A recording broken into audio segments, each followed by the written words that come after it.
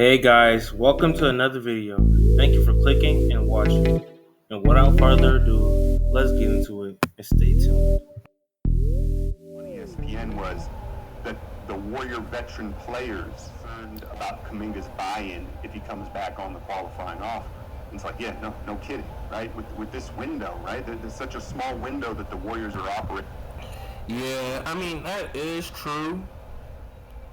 Its money does affect it, right? I mean, I know as fans we would like to think and hope that is not the case, but it's true. So that will most definitely affect his attitude and play coming into the season.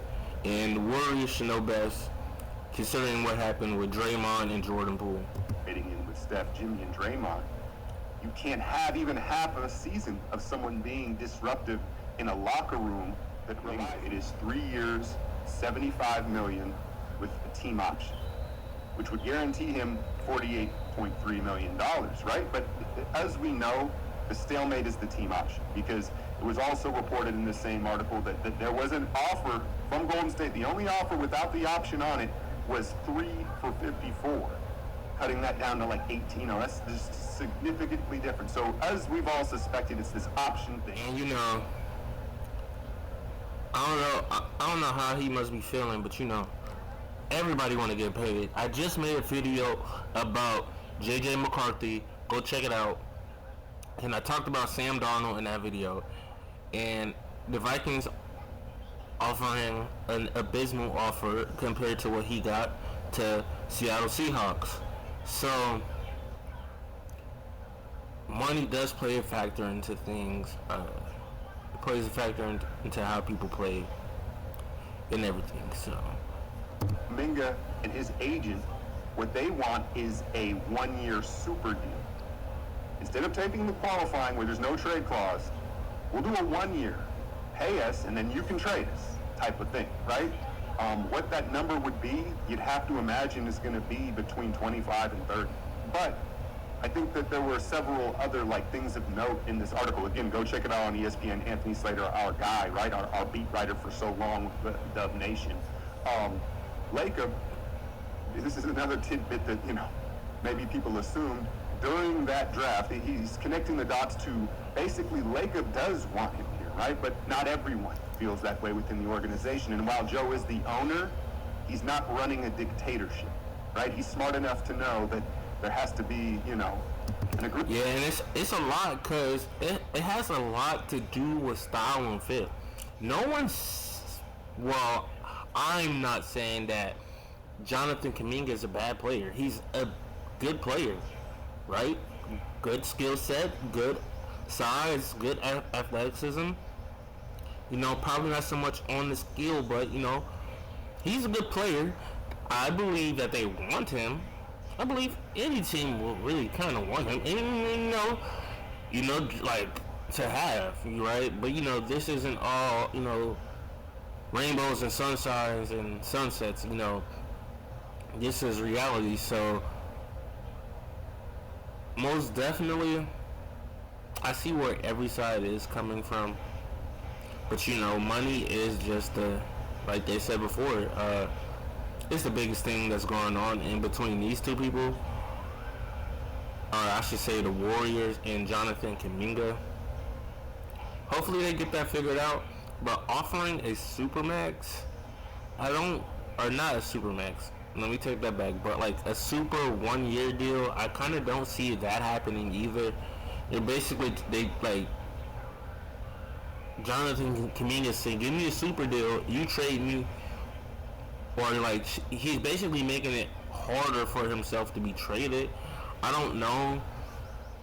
Maybe he's talking to some teams in the background, but a super 1 year deal don't make sense for the Warriors whatsoever.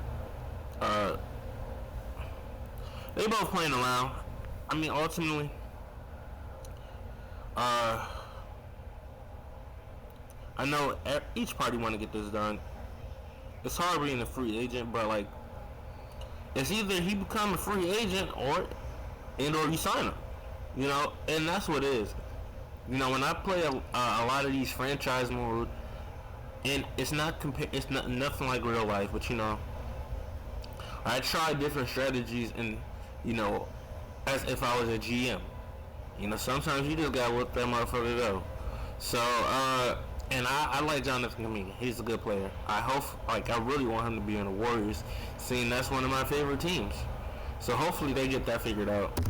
Amongst the powers that be, but it was stated in the article that during that draft, Lacob pushed for Kuminga while others wanted Franz Wagner.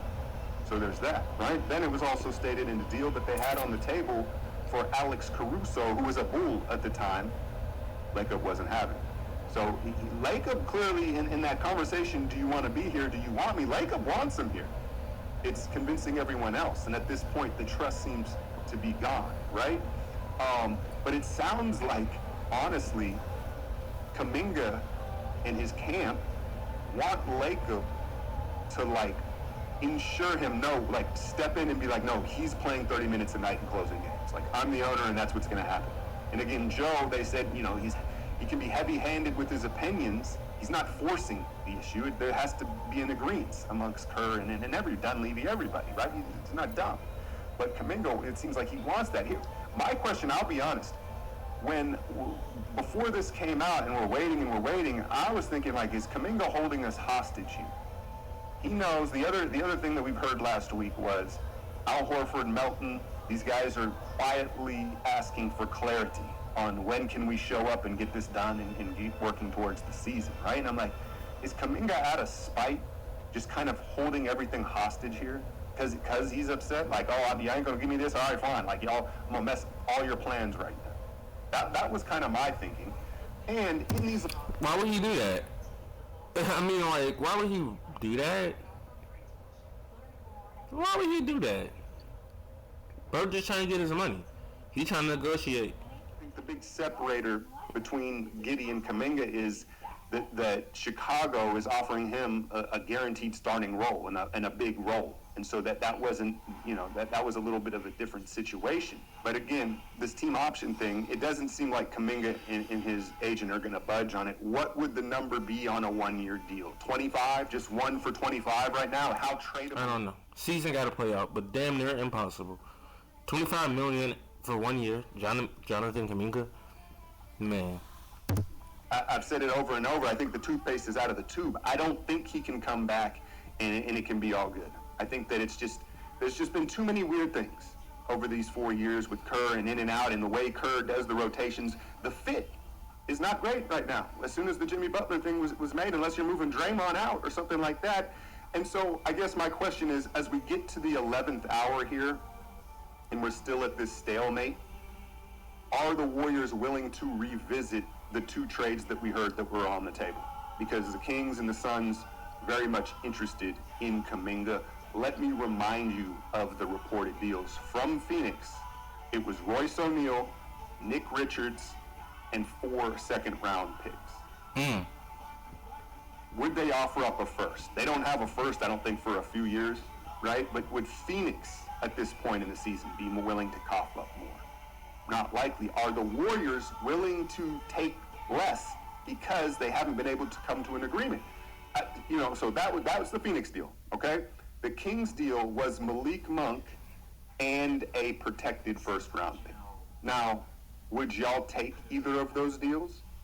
Me, honestly, at this point, I would take either one of those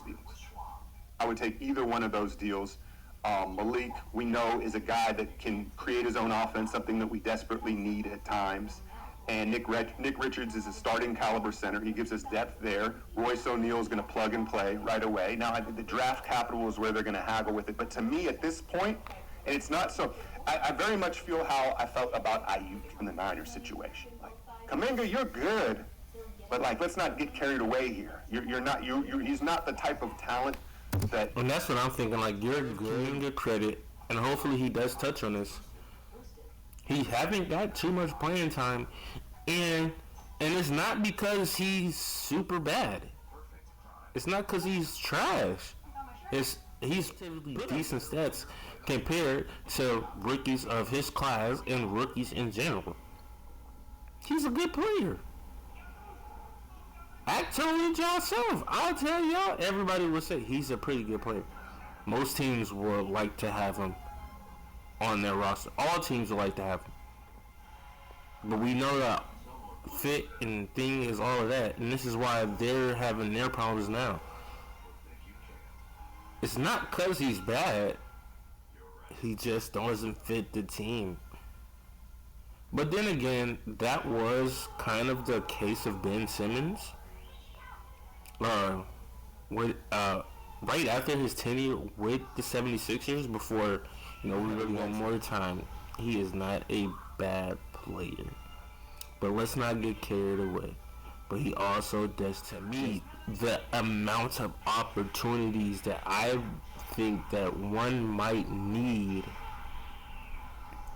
And thank you guys for watching. That will be the end of the video.